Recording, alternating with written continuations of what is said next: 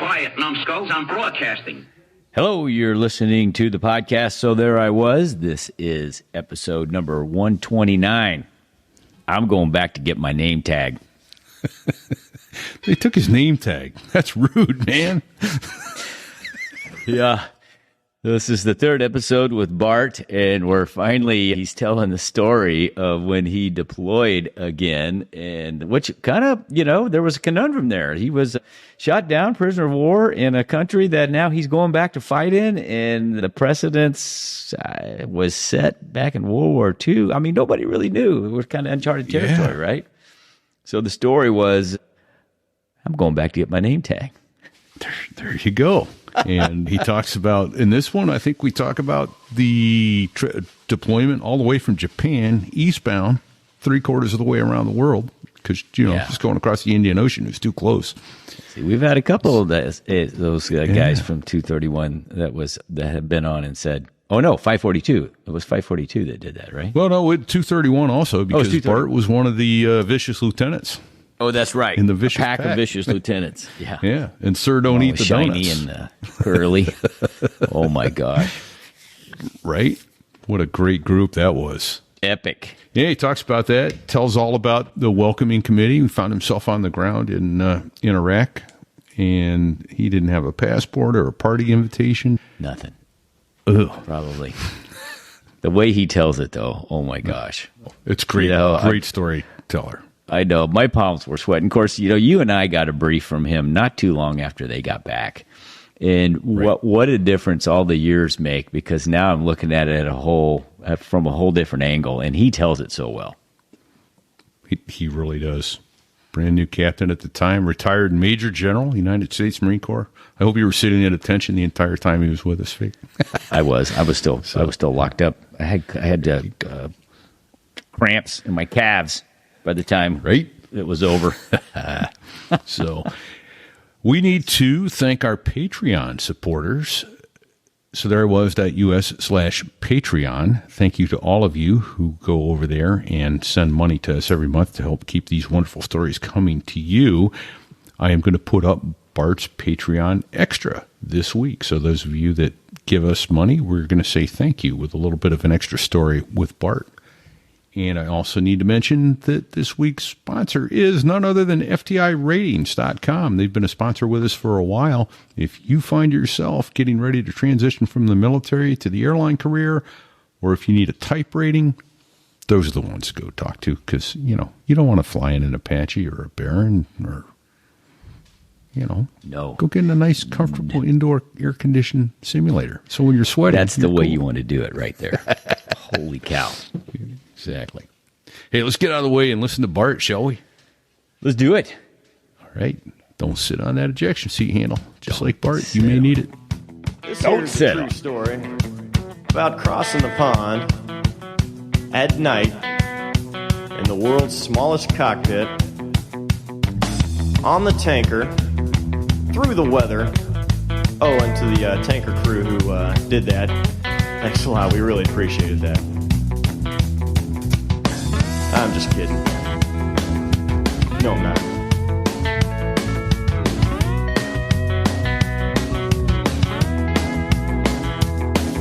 Well, there I was, crossing the pond, and you could see that I wasn't exactly fun.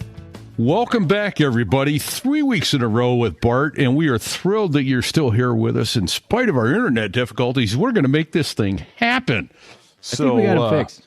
Yeah, I think so. When last we left off, you were talking about the captain of the battalion telling his people to leave the damn Marines alone. There's a war going on out there, and they need a little downtime. Leave them the hell alone. Don't screw with them.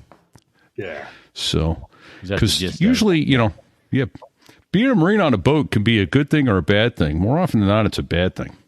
They don't like you there. That is so true. And that's why I guess it was such a cultural shock this guy was Tom Bodette. I'll leave the light on. I remember we flew night missions, and, and the ship, had to know, you took off on this time, you were going to return at this time. He would have to turn the ship to get the winds right for a Harrier to recover. And I remember, because I was an LSO, a landing signal officer, and I would say, hey, this division took off. I just got word that they're not going to return, at 2300 tonight. They're going to come back at 01 in the morning. And they have shipped, their flight crew also has hours, crew rest and all that. And the ship's captain would basically say, hey, when they return, they return. We'll leave the light on for them. That's nice. That was his attitude the whole time. He goes, I know what the rules are, and we'll make winds for you. We'll turn the ship when we need to. We'll leave the light on. They come home whenever they're through helping what they're doing. Nothing like turning out the lights and turning down when they're skipper. Yeah. Oh, my God. Right. How many times did you fly when you told the ship, I'm back at, 15:15. 15:15. And it's 15:13 and the ship is in the opposite direction. You're like, you knew I was coming back at 15. You surprised them. This is a surprise? I have 7 minutes of fuel left. So think about it. Right? In 7 minutes, I'm going to punch out right next to your ship and you can come get me with your SAR helo. But I told you 15:15 is when I'm coming home. Why isn't the ship pointed into the wind? Surprise. So, yeah. Right. Oh, that's right. I forgot. Yeah. Was it Spicer who got there and things went to crap? He landed like between spots 6 and 7, between two Harriers. With flashing fuel lights and... yeah. He's like, going to lose. He goes, I got a choice. I can squeeze in there or we can lose the jet. He squeezed in. All right, yeah. So. And I made bold calls like that over the radio. I'm like, hey, feel free, take your time, getting wins for me. But in 7 minutes, I'm punching out. That's, based on 200 pounds per minute. I got 1,400 of those pounds right now. And my gauge is plus or minus 250. So. I was going to say plus or minus a minute, right? Yeah, then there's always the plus or minus maybe part. 6 minutes I'm going to punch out. Maybe 8. But it's going to happen. Oh, man. So can we get to the opening So There I Was story? I think we should. 2 weeks back, you heard an opening tease from Bart. And it was something like, so there I was, 20,000 feet with the skipper on my 17th air combat mission, thinking I was bulletproof or something like that. Yeah, bag of chips and all that, right? Bag of chips. So, what happened to that bag of chips, Bart? Well, okay. Was that flight? Were you guys flight of 2, flight of 4 that day? Flight of 2. Yeah, for the most part. So, Desert Storm, 19. And you were with Rusty? No, I was with Rusty. Okay. Yeah. And Rusty was the only person that had combat experience from Vietnam. And I just happened to be on that. He was a Cobra pilot from Vietnam. Yeah. And, I think Curly talked about it, but, VMA 231 went to Iwakuni, Japan in 1990, as part of their 6-month UDP, unit deployment program. Yep. He took 11 lieutenants, 32 officers. A vicious pack of lieutenants. Vicious pack of lieutenants. And Venom. I think that's show 16 or so, somewhere in there. Venom and Ag, as the XO, were probably the 2 best qualified people to corral that group of individuals.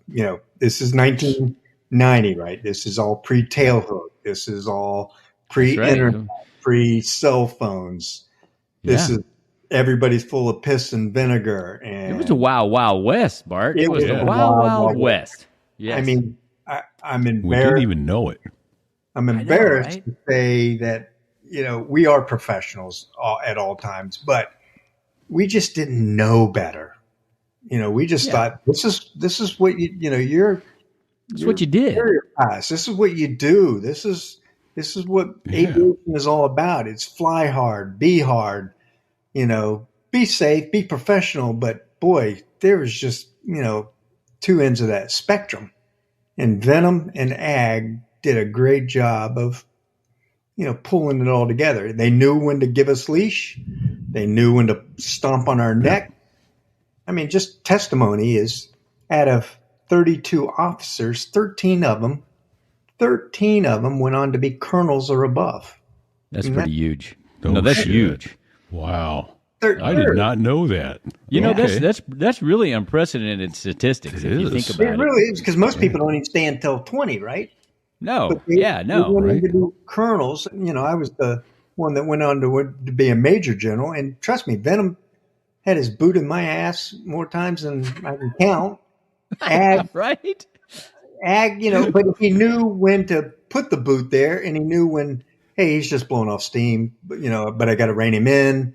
I mean, it was like a perfect CO, and Ag was the perfect XO, to counter, that. So anyway, we're in Iwakuni, Japan, and I think Curly talked about, instead of going from, if you just do your geography, when they said VMA 5, VMA 231, we need you to go to the war. Saddam Hussein has invaded Kuwait. We need you to go to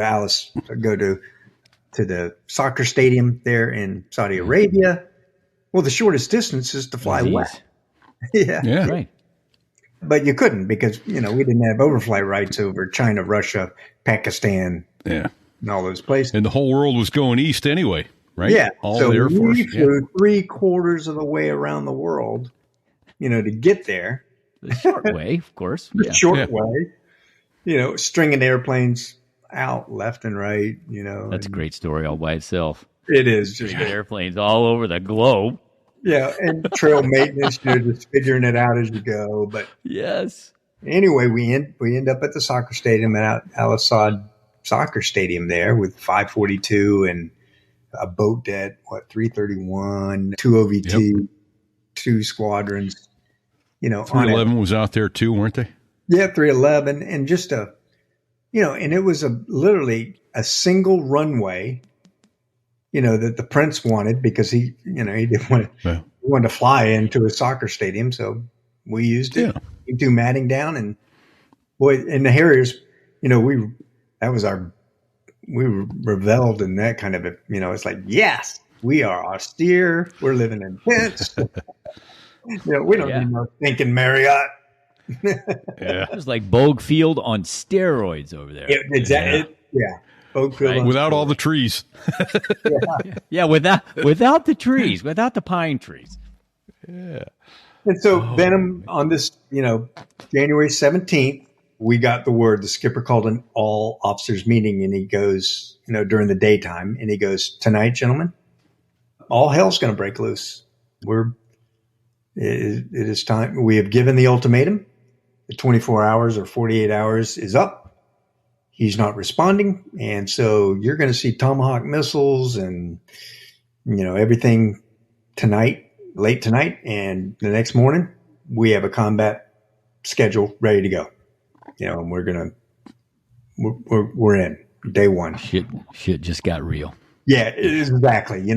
You've been training for it. We've been doing missions, we fly up to the border, but, all of a sudden it's real, and again, I'm a brand new captain in 1992, January 17th, 1992, brand new captain, no combat experience, but last thing you're going to do is show any kind of hesitation, fear, anything, right? Yeah. Yeah, we're Been in it. training for this. Time to rock and roll. That's exactly right. And the crazy thing is, though, remember in 92, the way we were training was the Russians coming across the gap. Yeah, So the you fly through the low. polar gap. Yeah, Yeah, we're coming you in fly low. Who can fly lower than low? I'm down Right. at 200 feet to get behind the mountain. Now, Right. it's like, no, boys, we're not flying 200 feet. We're flying 20,000 feet. I'm like, wait, we haven't trained a lot of that kind of environment, And we're dropping Mark 82s, 6 packs, from 20,000 feet. And, for aviators up there, they kind of understand what circular error of probability is and Harp angles Version. and wind corrections and wind corrections and stuff like that. But bombs that come off at 20,000 feet disperse, even with a 1 mil dispersion. It's 100 foot here, 100 foot here, 200 feet here. No, there's no Slinging precision guided. bombs. It was roll in, drop everything you got, and hope you hit the tank, the artillery. Like bowling blind, huh? It was World War II tactics in 1992. It was Isn't crazy. that something? And then when you had, remember the Rockeye, the canisters that Yes. 256 bomblets would come out of it. Yep. It was designed to be released at 5,000 feet and below. We're dropping them at 20,000 feet. So those little bomblets are going off like snowflakes all over the countryside until they fix the software. They're 150 feet apart. By the time, instead of 5 feet apart, they're 150 feet apart. Exactly. I I think a couple just landed last week. So I would like to say the military is always locked on precision. We know what we're doing. We've predicted exactly. But the beauty of the Marine Corps is like, all right, we don't have the software. We don't have the exact what we need. So what can we do to make it work? And a bunch of rocket scientists and hard chargers get together and go, well, let's try this. Let's do this. Let's modify that. Let's trick it into doing this. Adapt and overcome. Exactly. Modify, overcome, adapt. And that's probably why I just loved 33 years in the Marine Corps, because you were just surrounded by people that would not quit. Not quit. Figure it out. That's good. Admit when they made a mistake and move on. But anyway, on that day, February 9th, February 9th, 1991, I'm flying with the skipper, so I got my game face on, man. I'm flying with the skipper. Actually, let me go back. January 17th, when we did our first combat mission, my first combat mission was with Venom. Okay. With Venom. Okay. And I remember it being puffy clouds and I got my game face on and, I'm trying to be the cool guy. And so we cross into bad guy land and the skipper says, all right, Bart, we talk to the desk and they say, hey, go to this kill box. And, pretty much the kill box was Alpha Juliet 1-2. And anything in Alpha Juliet 1-2, you're free to kill, blow up. If you see something bad in there, go get them. It's kind of the mission. But there were clouds, puffy clouds and, cloud cover. But the skipper found a hole and he goes, hey, Bart, let's dive down through that hole. And, we're up at 20,000 feet, but, the clouds are at 10,000 feet. We're going to have to go down low and figure out what's down there. Yeah. And he goes, all right, let's dive through that hole. And when you key the mic and you know that you're broadcasting, right? So you don't come across like a little schoolgirl. Are you sure? Hey, can we think this one through? Hey, what could possibly happen? Yeah. I put on my coolest airline pilot. Roger that. I'm with you, boss. And meanwhile, probably peeing in my pants or, I'm like, oh, God. He's a combat veteran. He knows what he's doing, right? Yeah, he knows what he's doing. He's diving. I'm diving. I'm glued. I'm in fighter wing. I'm going through the clouds with him. And sure enough, we dive through the clouds. We snort around down range, well inside AAA range, inside handheld missile fire range. And he's rooting around like looking for anything, right? Just looking for anything. something. He's hungry. Yeah. He's got his fangs out. That's why they call him Venom. Yeah. And me, Right the last thing I'm going to say is, "Hey, it's time to go home. Let's back. Let's go up. Yeah. Back up Can we above hire? ground." Yeah. We didn't see anything. We rooted around there for 5, 10, 15 minutes. I can't remember how long, but a lot longer than probably I seemed like an down there. eternity, right? Yeah. And we went back up, came home, and that was my first combat mission. I'm like, man, I need a cigarette. Right. don't even smoke, but boy, I I don't even smoke, Never but I smoked in need my one. life, but I need a cigarette. but I need a cigarette. Yeah. If this is what it's like, man, I don't know. So I did that 17 more times until Okay. the day I got shot down. Okay. Flying with, and no fault of anybody. So don't take this wrong, but Yeah. That's understood. Sure. things happen.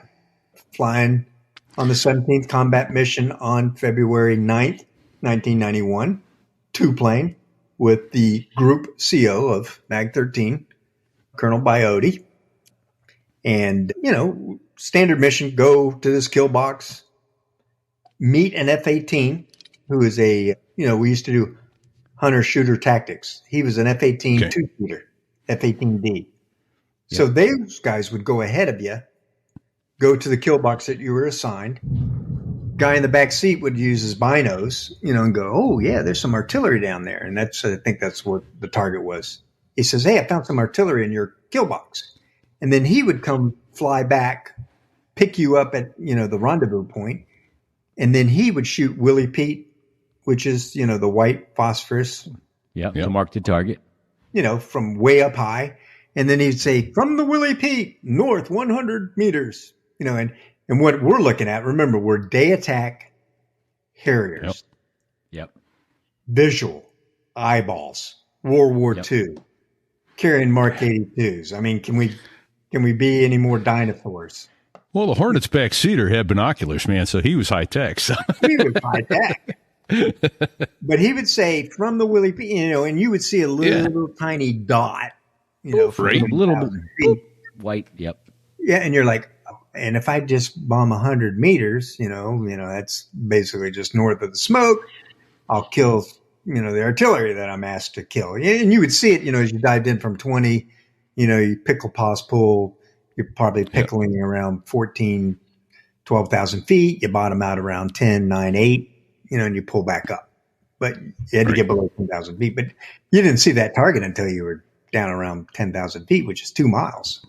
Right. Yep. And for our listeners, pickle means hitting the button that lets the bombs off the aircraft.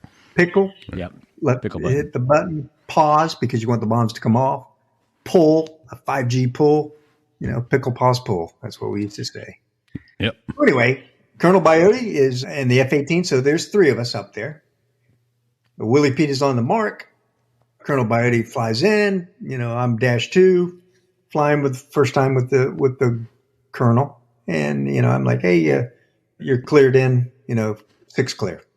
He goes in, drops his bombs, comes back off target, and we're supposed to be opposites, the circle, but we're still about 4 miles apart. Opposite circle, so you can, give each other mutual support. Check each other's six. Check each other's six. That's and the F-18 is also up there, telling you, if missiles are in the air, because if it's an IR missile, you're not getting any RWR signal. You got to see that visually. You have to be looking to see that thing. Yeah. If they're shooting missiles at you that are radar guided, then your raw gear comes off and you get the tone and the visuals and all that stuff. But they were using IRs there. And so I rolled in. I was cleared in, rolled in, and, from 20,000 feet, you're in a 30-degree dive. You put the CCIP cross on the Willie Pete 100 meters. Put the thing on the thing. Yeah. Put the thing on the thing. That's Put the thing on the thing, and then you're on government time for about 8 seconds. Government time is, if missiles coming at you, you don't flinch, just keep going. AAA's coming up, don't flinch, just keep going. It'll all be over soon. One way or the other. Right. It's going to be over soon. Good luck. We're all counting on you. Remember, this is my 17th mission, so I'm like, okay, I've done this before. Yeah. So I pickle all 6 bombs. I pause. I pull up. And what does every aviator do when he's pulling up, going back up the sanctuary? You He's look trying to over get your at it. shoulder.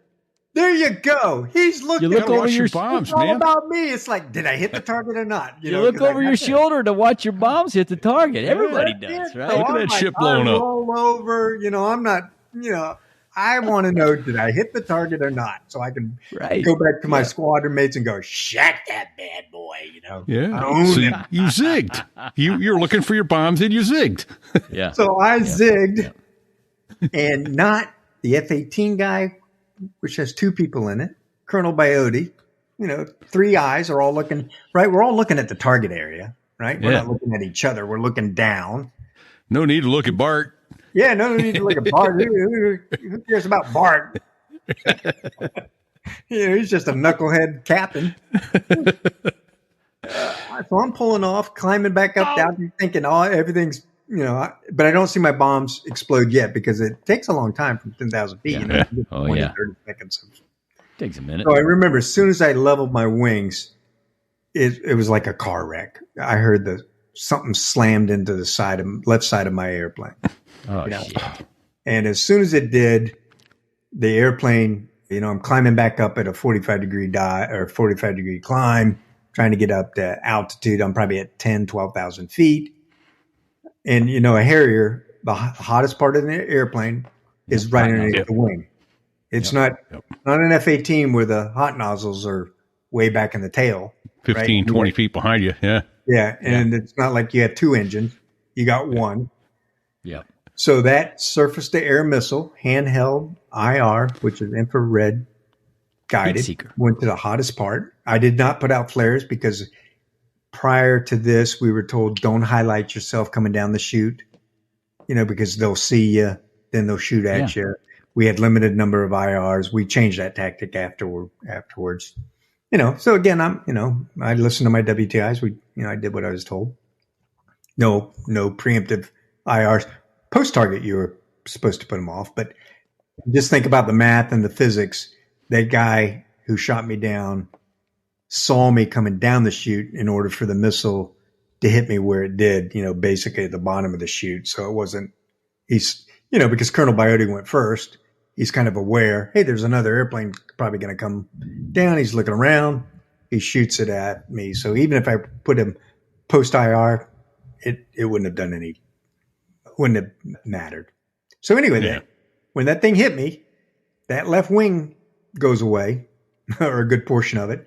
It took a big part of the hot. Was it the part of the wing that was up next to the fuselage went away, right flaps underneath. And all that shit? Yep, all that. So all the flaps goes away. And it's not a very big missile, but it's enough to knock that hot nozzle off part of your wing. So the plane goes from doing a 45-degree climb to a inverted spin on fire. And remember Bitch and Betty? Every airplane has it. And she won't shut up. Everything. She won't shut up. And she goes through her litany. Engine, fire, hydraulic, failure, fuel control, on and on. And I'm like, baby, I know. Was it was it like slow motion for you at that point? Was everything going really slow? Yep, Sticks, that's exactly. You either get time compression or you get, everything is on drugs, steroids. It was like time compression. I remember seeing the entire emergency panel lighting up. All just that Christmas tree, pretty lights. Christmas tree, yellow and red. You can't think them all through. The airplane is now inverted and spinning, inverted upside down. And then I remembered, okay, well, this isn't going good. And then when it tightened up, when it even started spinning even more dramatic, that's when I realized I'm done. I got to get out of this thing. So I pulled the handle. And when I pulled the handle, you talk about time compression.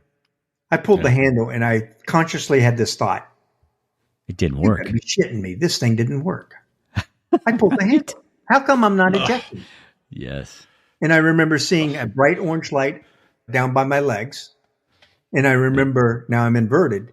I remember thinking as I'm slowly going up the rails in the ejection seat and my feet are slapping the canopy, the bow there as I'm leaving the aircraft, I'm like, oh. And then I blacked out, from the G-forces. Yeah. And I'm upside down, but it looks like I'm going vertically up, and I'm watching this video game of this orange glow underneath my seat. And, the airplane, last thing I see is the airplane, full view of the airplane as I blacked out, because all your blood rushes from your brain. Sure. Yeah. And then I woke up underneath the parachute. Obviously, the parachute was twisted around like a Of course it was. corkscrew. Well, yeah, because you went out inverted, Spinning.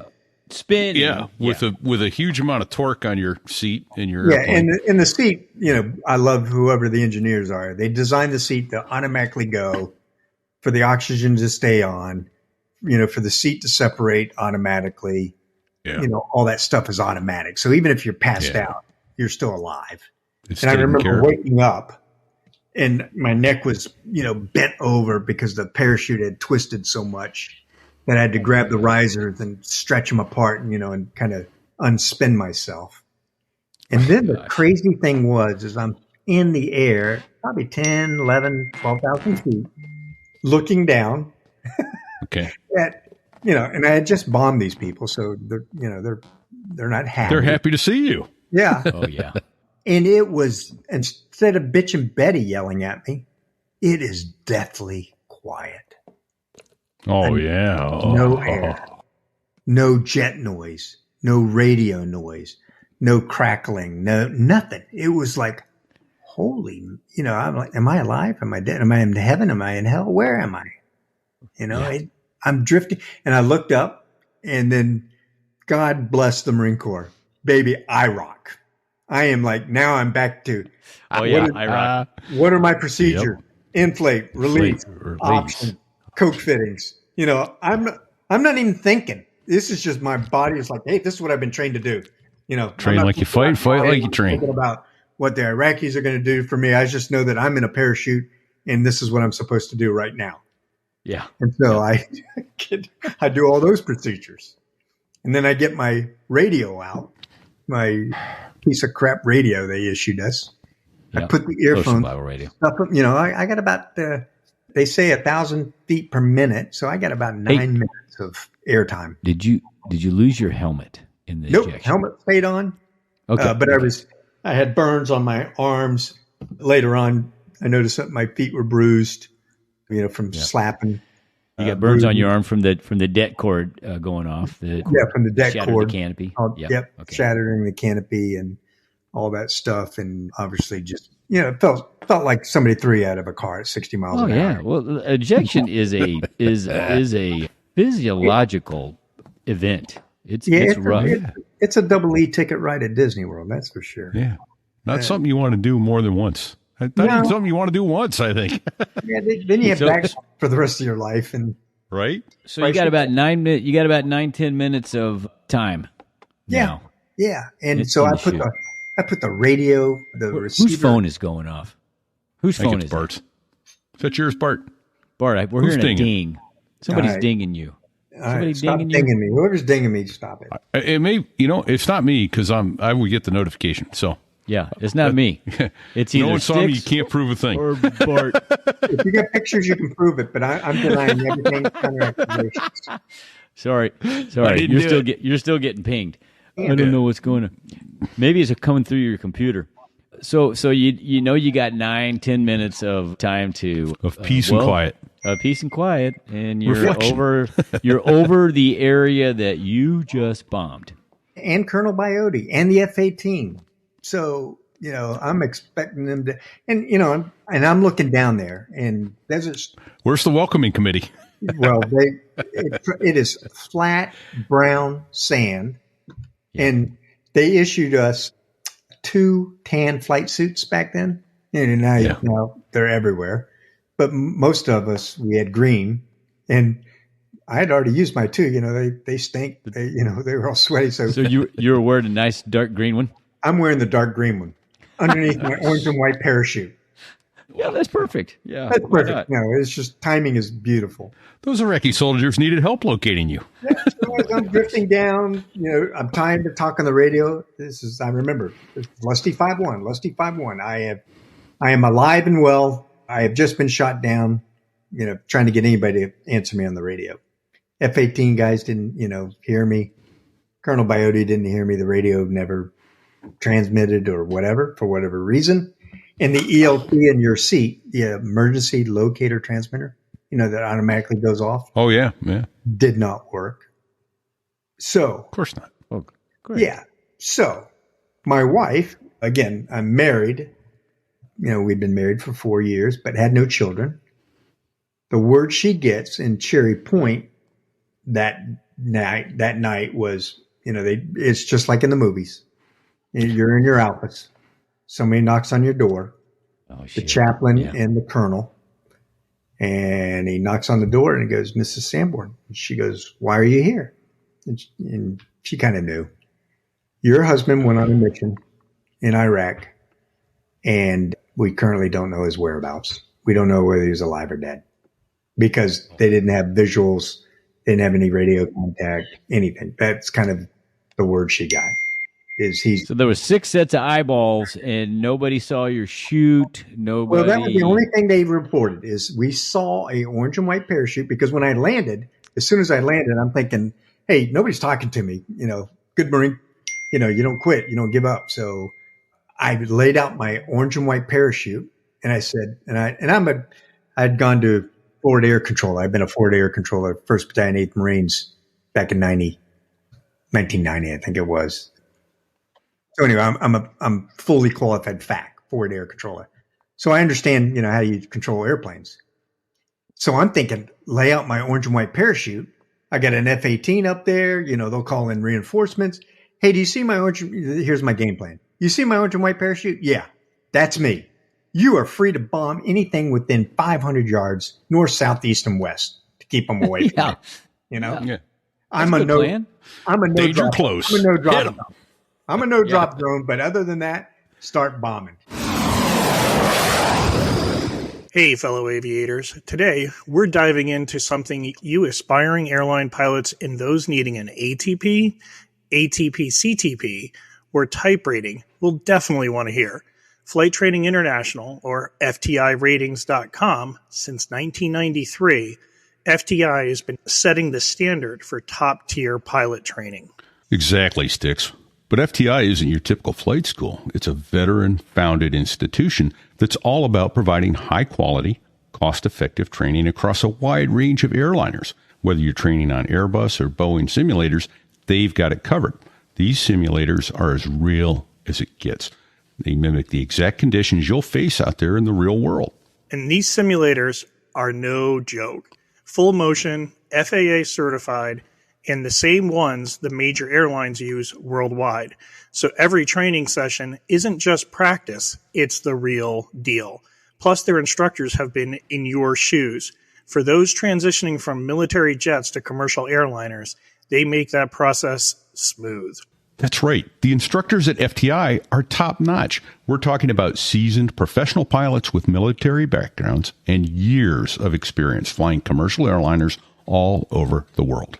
They're there to guide you, to teach you, and ensure that you're prepared for everything. So when you take your check ride, everything will feel very, very familiar. FTI Ratings offers a special program like the ATP CTP training program or Airline Transport Pilot Certification Training Program, which Congress mandated to make sure pilots are fully ready for the demands of modern aviation. And the best part, you can access all of this training right from your iPad at your convenience.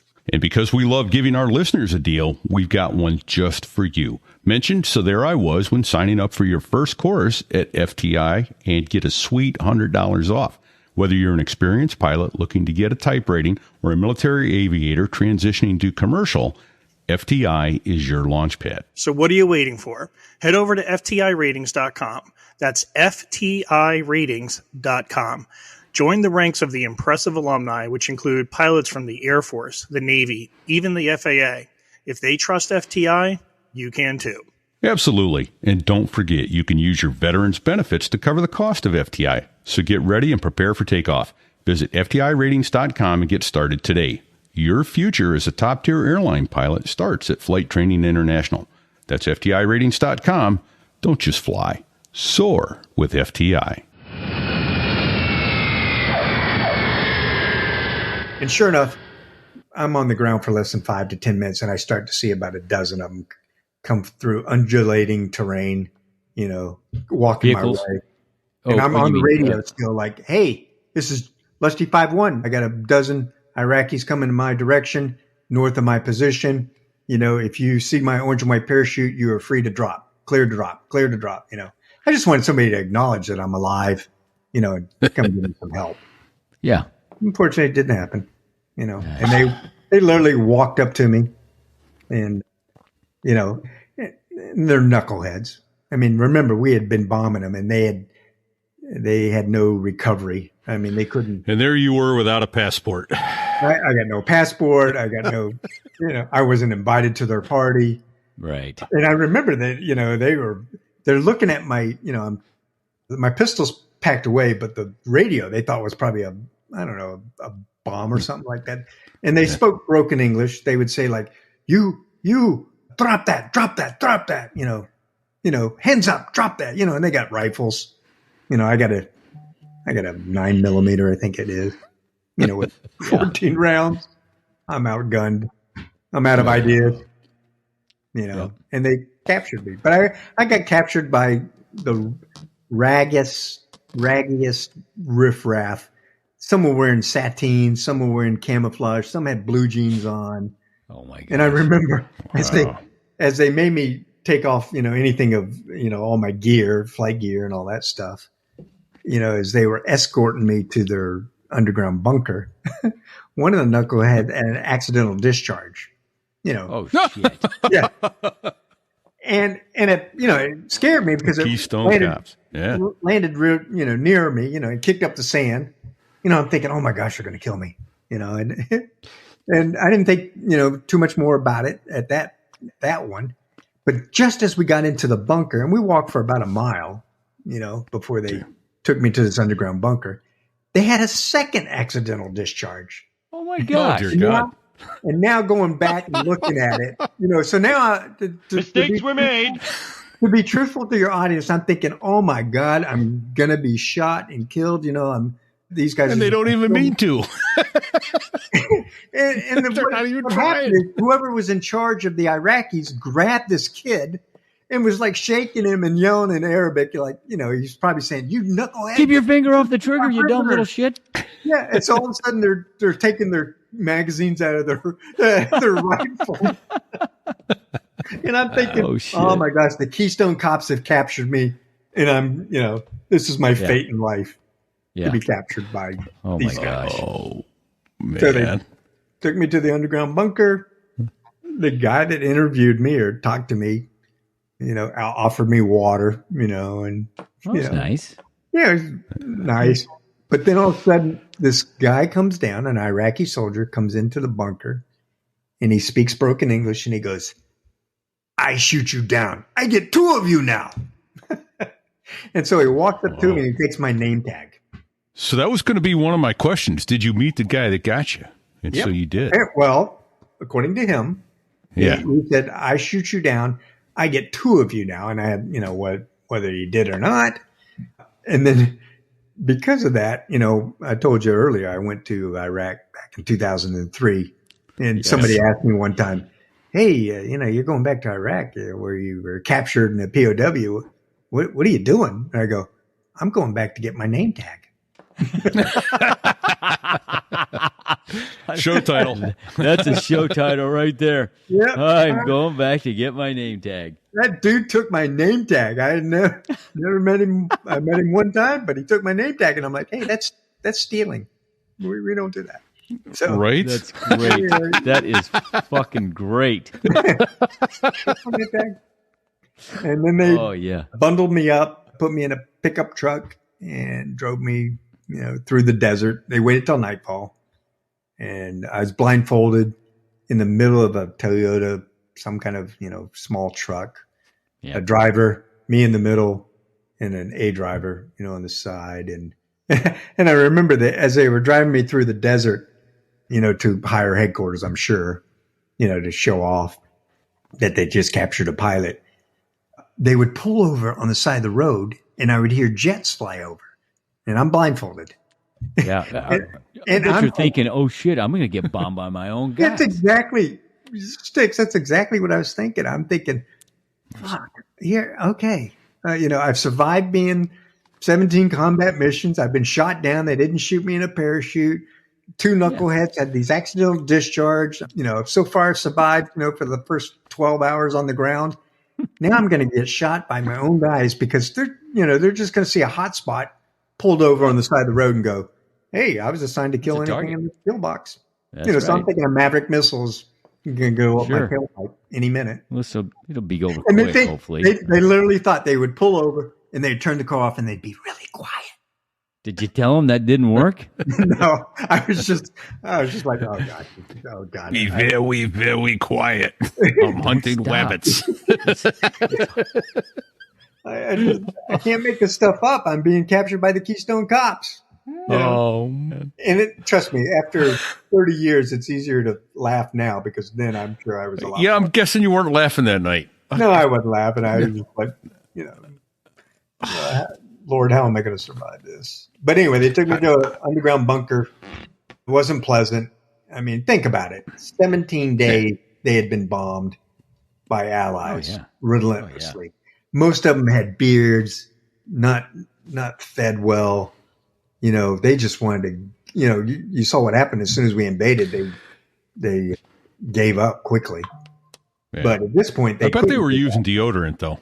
Oh, yeah. Oh, sure they were. So they ran me through a gauntlet, and they, just lined up troops on the left and the right, and I'm blindfolded, and it's like, hey, run Bart through. They don't know who I am. Yeah, so everybody gets a slap at you. And everybody gets to, it's a football drill, Yeah.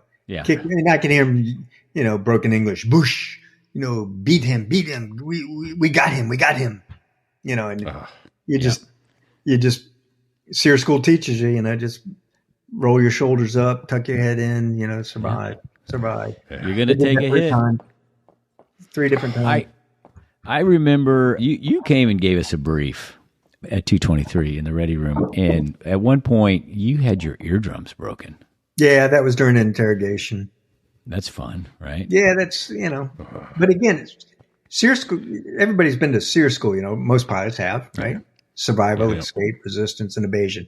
I was a graduate in February of 1990, got shut down February of 1991. A year later, you got to put it to good use. Hey, so I'm in my master's program, right? Yeah. And I remember being in my cell. I remember being in my cell in Baghdad, in February, and literally 365 days ago, I was in Brunswick, Maine, going through. Oh my gosh. In a cell. In a cell. And I'm going, wow. Boots, marching up and down again. Boots. Hey, Sticks, you know what? That was exactly, they did do that. Not that exact, but they did that. But they played the music over and over. And over. In fact, one of the greatest things I think I helped do was when we all got released, the POWs got released, half of us had gone to SEER school, half of us had not. They brought in the SEER commanders of Brunswick, Maine, the ones for the Air Force. Out in Washington. And the one for the Navy and the Marine Corps together, the Air Force, and then the Army one. So they brought in all those commanders, and they basically had them sitting on one side of the table and us sitting on the other. And they asked us, hey, those that went to SEER school, what was good, what was bad? And so we, and one of the couple of points that we pointed out was, again, 1991, we had our first female POWs. And one of my comments was, when I went through SEER school, there were no females. You didn't talk about females. And so you need to incorporate in your training lesson plan it's one thing for me and Repeat to be POWs together. And they go, hey, I'm going to beat the shit out of Repeat if you don't tell me the following information. And I go, Repeat signed up just like I did. I've had it. But whoa, wait a minute, dude. Yeah. Bart, we're buddies here. No, you need to have the shit beat out of you. What if it's a female? I mean, you're just wired differently, right? They go Russ or, Captain Sanborn. Here is Melissa Rathburn Neely, an enlisted female that was captured.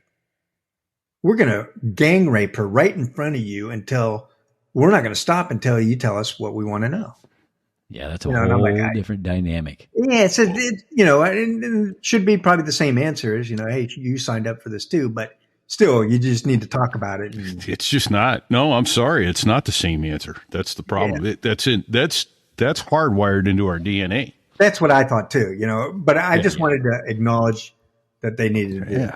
The second thing I told them was, SEER school is really good. I mean, and it was almost textbook SEER school, bad cop, good cop, during the interrogations. That's exactly what the Iraqis did. Stick to a storyline, go on, go down rabbit holes, make them get bored, so they move on to the next question. The other thing I learned was, if you can take it for about three ass whoopings, eventually they'd move on to the next question.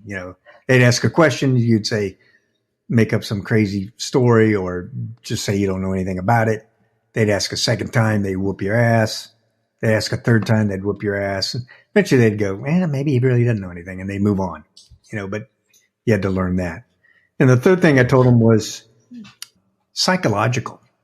I said, I'm not a big guy, and so do big guys survive interrogations better than little guys? And then, and they'll tell you at SEER school, sometimes it's the little guys that are physically, just can handle it. And it's the big guys that cave in quickly, physically. I said, my biggest problem was not the physical. I mean, I got my ass handed to me, but, it was just part of the, getting the eardrums busted and all that stuff. But I said, what was really driving me nuts was the psychological part, because I was always thinking about my Vietnam POW predecessors. Right. 5, 6, 7 years as a POW. Right. How long am I going to be here? And and I'm in day 15, and I'm thinking, yeah, I know, but it seems like an eternity. I'm sure it's starting to kick my ass. But am I going to survive 5 years of this? It just started to wear on me. And I hadn't been trained to think about it or how to put it, conceptualize it or whatever. So I just said, psychologically, I don't know how you train people to be harder mentally by the physical part, because the physical part is you can or you can't, I guess. That's brutal. Yeah. So, all right, Bart, were you there being held with, there's a group of you being held in one spot when one night that facility got hit by a bomb and kind of broke all the walls down shit. Were you there for that? Yeah, Sticks, the way it went down was, I think they called the prison that I was at was called the Al Rashad prison. In fact, in 2003, Sam Schofield and I flew over it. And Schofield, I remember going downtown Baghdad. We switched the radio and I said, hey, I'd like to go over to the skill box, which I knew was where it was. I had the Latin long in the prison that I held at. And I remember talking to the controller, and he goes, yeah, cleared over there, contact this JTAC, and so as we were going over there with our lightning pods, Schofield, who is my wingman, goes, hey, sir, we're not going to do anything stupid, are we? That's a valid question. That is a valid question. I go, no, I just want to film, with my lightning pod. I want to see, where they held me 12 years ago. And so we flew over it. And oh my gosh. I had the Latin long. We punched it in together. We videotaped it. I think he was so relieved. He's like, okay, the skipper has not just totally lost his marbles. He's going on a revenge flight that day. That's almost another show title there. That's a good runner-up anyway. We're not going to do anything stupid, are we? We're not going to do anything stupid, are we? So anyway, going back to that prison, they held. Remember, I got shot down on February 9th, so that's about 17 days into the war. They had already captured 10 or 12. Yeah, you had some Brits there with you, the OV-10 driver. Yeah. But apparently the water or something happened in that prison, so they moved all those prisoners to another prison. They called it the Al Joliet or something like that. So then they fixed the water in the original prison. So as they captured more and more pilots and allies, they filled 2 different prisons. So there were 2 different prisons. And the one that you're talking about did get bombed. It. It happened to be over there by the headquarters intel. And I'm pretty sure the Allies knew exactly where the prisoners were because the building was shaped like an H. And okay, they literally said, bomb that branch, that branch, that branch, but don't bomb that branch because that's where 12 of our POWs are. Oh, wow. And so that night, Jeff Zahn and Lieutenant Colonel Acree and all those guys that were in there said, yep, they bombed that building. But one of their laser guided bombs went a little bit long and did damage their wing. And that's when Jeff Zahn, the A6 guy, and Bob Wetzel, Jeff Zahn said, all of a sudden, I have no wall. And he says, I jump up out of the rubble, and he goes, and he's wearing a yellow POW, suit that they gave him. And he goes, and he's walking, he's kind of walking around in the prison, in outside, and he goes, what do I do? Where do I go? I'm a white guy in a yellow suit. In a yellow suit in downtown Baghdad, So that's when all the Iraqis, came out of their holes and they captured it, but they put them all together. And it was the first time that a lot of them saw each other, Bob Wetzel saw, Jay Zalman saw not Jay Zalman, but Zahn. Jeffrey Zahn, Jeffrey Zahn. Lieutenant Colonel Acree, and they all got together, and it's like, oh my gosh, I thought you were dead. I thought you were alive, But I was in a different prison with the 3 British SAS guys, which from back to Bravo 1. Oh, Bravo 2 Zulu. Bravo 2 Zulu. In fact, if you read that book, I'm in there. Yes. Okay. Yes, I have read that. I have book. like a paragraph or something, and they go, a new guy got captured. He has a mountain. When they saw me, they never saw me because I was always at night, and they could only see a finger when I put it through my prison curtain, as they walked by, and they could see like an eyeball sticking out. But when I first got captured, they whispered, they like, hey, new guy, who are you? And SEER school teaches you, be careful. They're probably bad guys, that are infiltrating like people. Yeah. So I kind of went into the Marine Corps mode. I go, Captain Russell Sanborn, United States Marine Corps. And they made fun of that in the book. They're like, so the new guy got captured. He got his ass handed to him. We heard him getting roughed up. But when we tried to talk to him, he got very parochial on us. Yeah. Well, I didn't know who they were. Right? No idea. I'm not giving you any information. And I find out later that they're British SAS snake eaters, And they were, but all 3 of them were in a prison together because they're ground enlisted guys. I'm an aviator, and every time they bombed Baghdad, they were just pissed off that some airplanes are bombing us, and the British guys got cigarettes from the guards. They got anti-diarrhea pills from the guards, but they were good. They would share them. They would go, hey, because I was puking from both ends, just from the food and, vomiting on yourself and, feces all over your hands and a mess. But, so I'm losing weight rapidly but they wouldn't, I'd ask for medical and they were like, no, you're not getting medical, but they would give it to them. They'd give it to David Lockett, who was also a Army POW. The truck driver guy who got captured with Melissa Rathburn Neely, who was the 2 of them were in the vehicle together. And anyway, he goes, hey, empty your shit bucket in the 3rd stall and I'll put 2 diarrhea pills in the corner.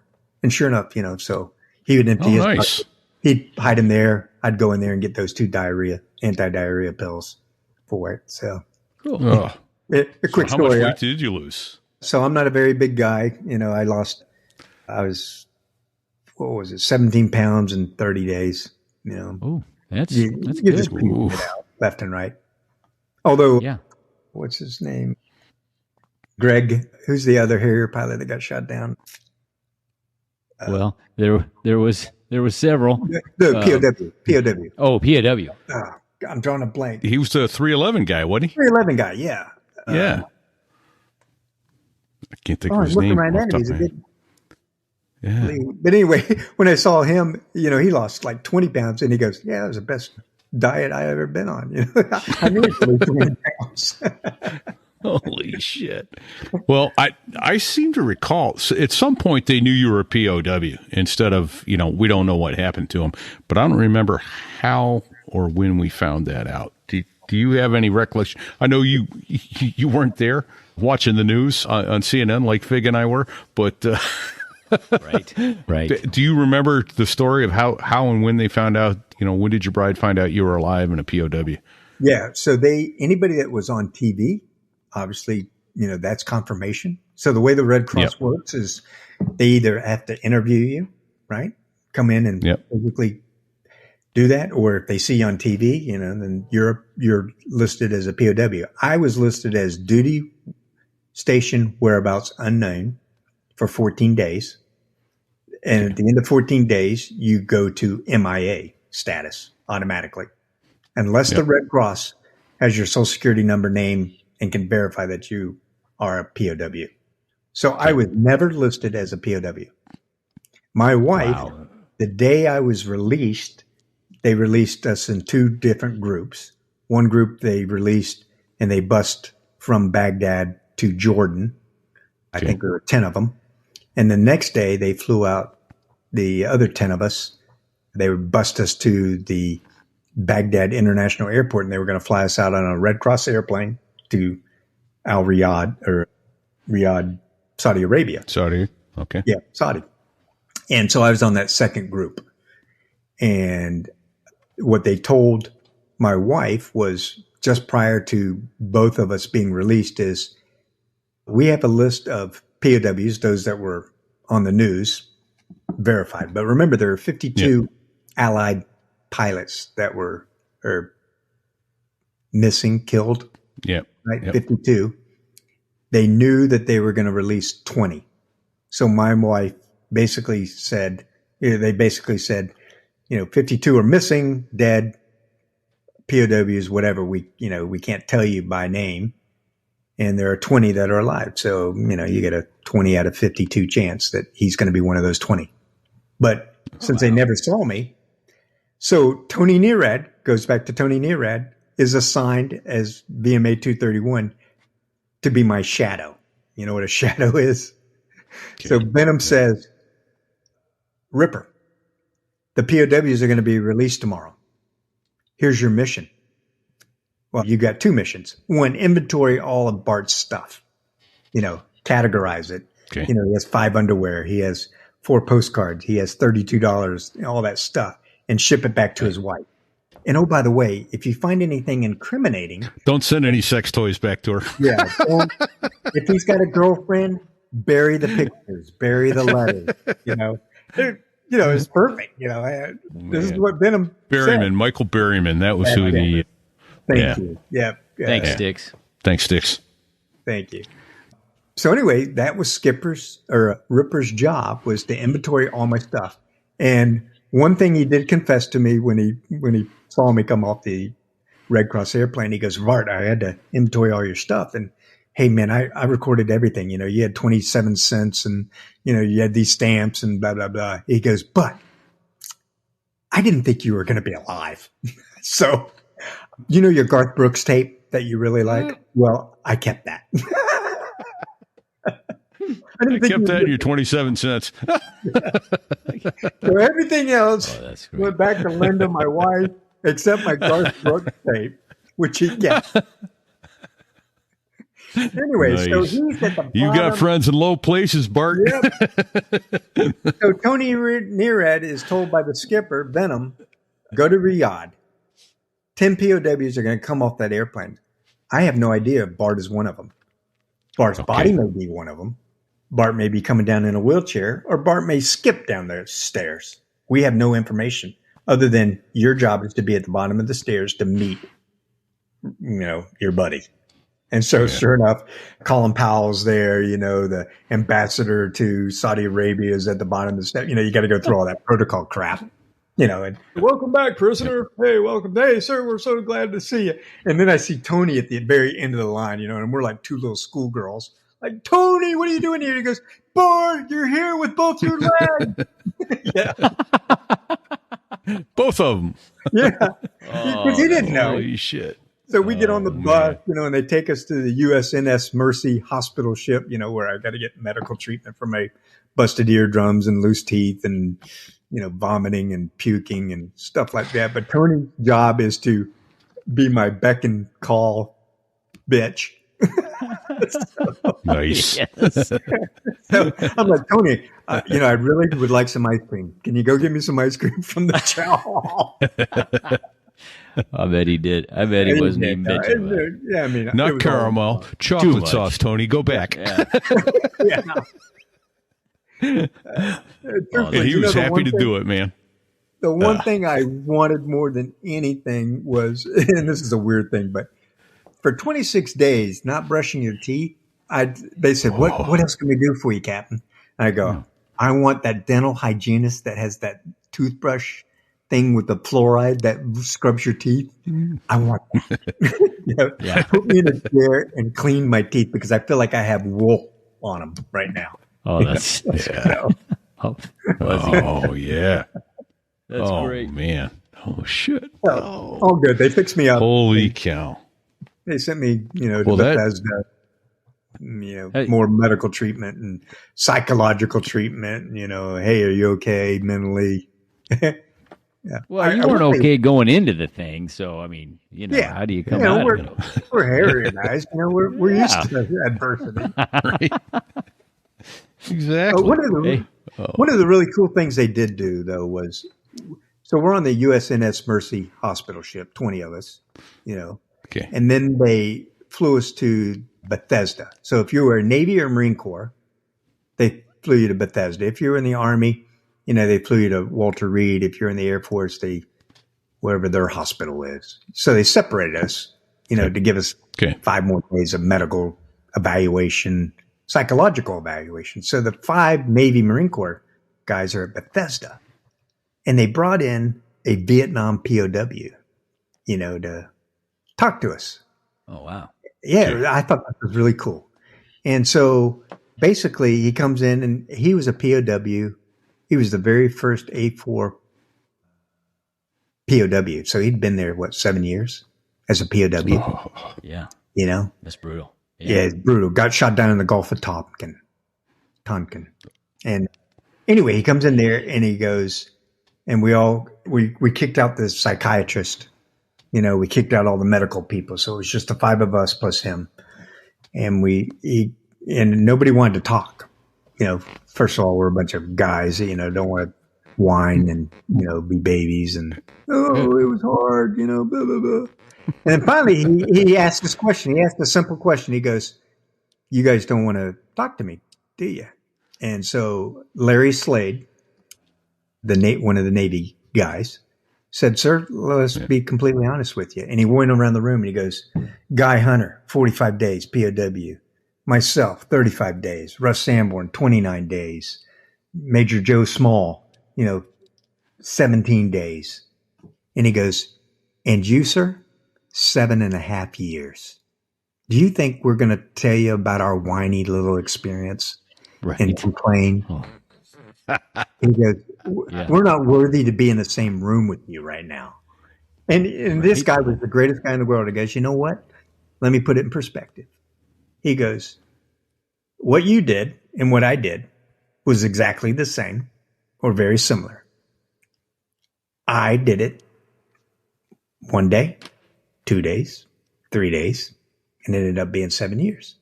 You did it 1 day, 2 days, 3 days, and then only ended up being 45. But we walked the same path. My path was just longer. And man, as soon as he said that, we're like, wow. This guy's got perspective, just wow. But we just felt like we had no business being in his, anywhere near him. Totally. I totally get that. Yeah. Right. He's an amazing, how do you survive 7 years of that? Well, God bless that guy. That's willpower. I can only imagine it's as alcoholics say, you do it 1 day at a time. I mean, that's the only thing I can imagine is you just have to go look on it. Every day I'm just going to. Or the guys going through buds go, you know what? I'm going to make it to lunch. I'll quit after lunch. No, I'll quit after dinner. Oh, that's only you don't have the luxury of quitting. Yeah.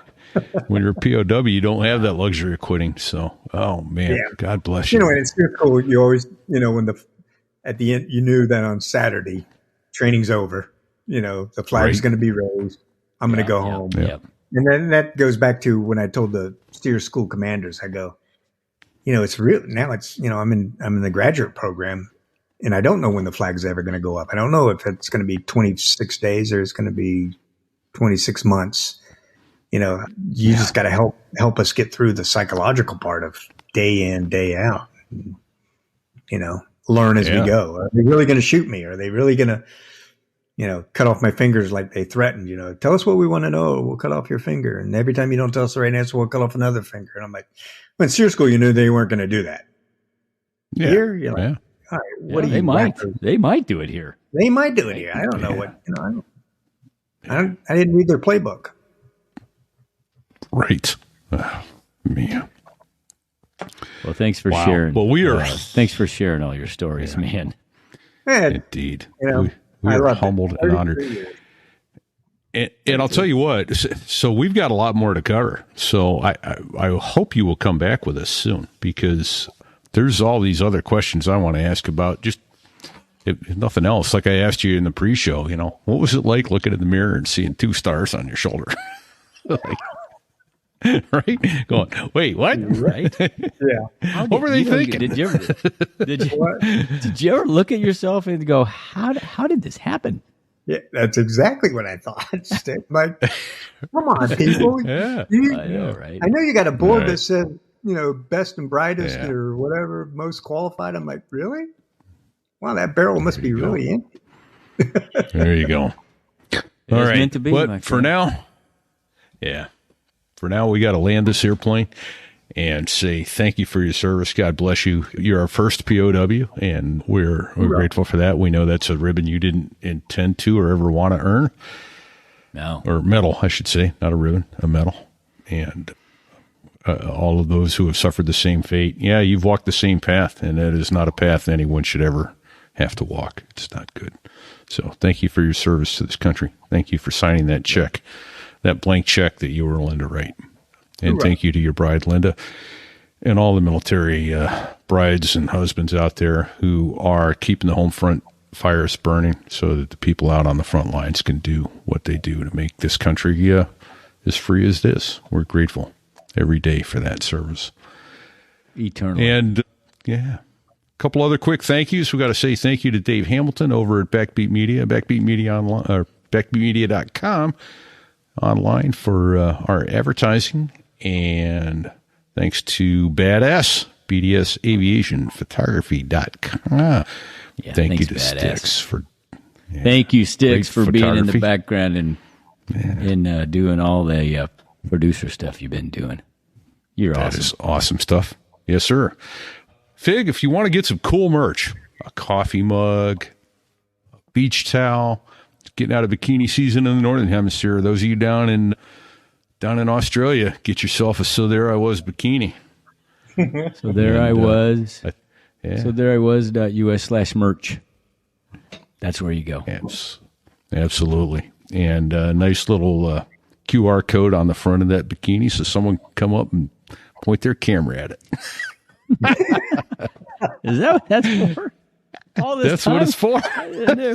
Son of a bitch. I never put that together.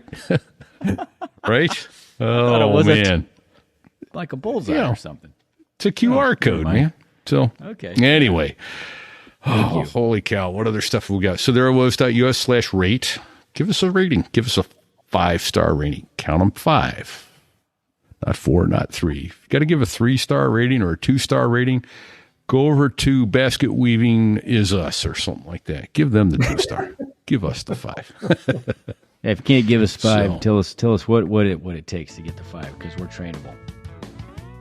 Absolutely. So. And then we got to say thanks to the the 2 Air Force F-16 guys that make the Air Force sound good. That's the music of the Dos Gringos. 4 albums, not a bad song on any of them. They're all amazing. If you want to laugh, you want to have a good time while you're laughing, listen to the Dos Gringos songs. Right. Absolutely. And thank you to all of our listeners and supporters, those who are over on Patreon, who have lost your judgment and are throwing money at us. We're deeply grateful. That's what helps keep these shows coming to you. Because this is not a cheap proposition, and we couldn't keep doing this without you. So, yeah. And I think that's about it. Did I leave anybody out? I can't. No, off the top of the cuff here, I can't think of anybody. I'm sure we're missing something. We got it. I'm sure we are. And if we are, we apologize up front, but we'll get back to it. All right, everybody. Until next week, I would say stay safe. Check 6. Hoorah. And don't sit on the ejection seat handle. Bago. We miss Bago. Oh, Bago. Thanks, Bago. Thanks, Bago.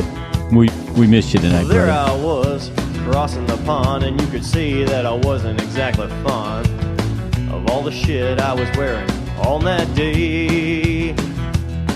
Now an F-16 is cramped enough, but it's even worse with all that stuff supposed to save your life. But we knew there was no way. 'Cause when you're going down the North Atlantic, man, it's over. Hey, what? It's what? He said it's over. Was it over when the Germans bombed Pearl Harbor? No! And we're